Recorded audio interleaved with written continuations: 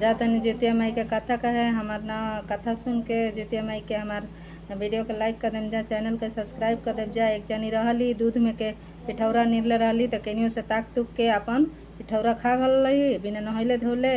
अच्छा तो उनकर भूखल भंग हो गई। एक बाद ज्योतिया माई देखत रहली, उ सोचत रहली के देखत नहीं के, ज्योतिया माई देखत रहली तो उनकर लड़का गए रहलन बाहर कमाए तो उन्हें ज्योतिया माई रख ली। एक बाद ई लगली रोए धोए, इनकर लड़का ना आयल।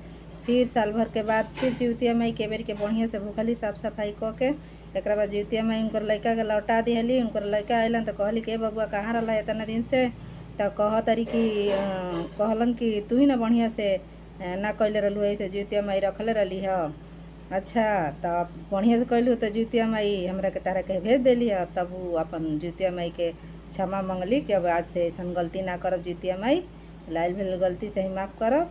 अच्छा तब अब खूब खुश हो गई। अब फिर से अब बढ़िया से व्रत करे लगली, ज्योतिया माई के व्रत बढ़िया से करे लगली।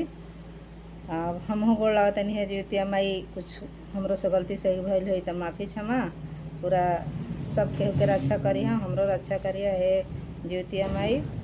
जे तरह सब कर दिन दशा लौटौले बड़ू है ज्योतिया माई, हमरो दिन दशा लौटाव।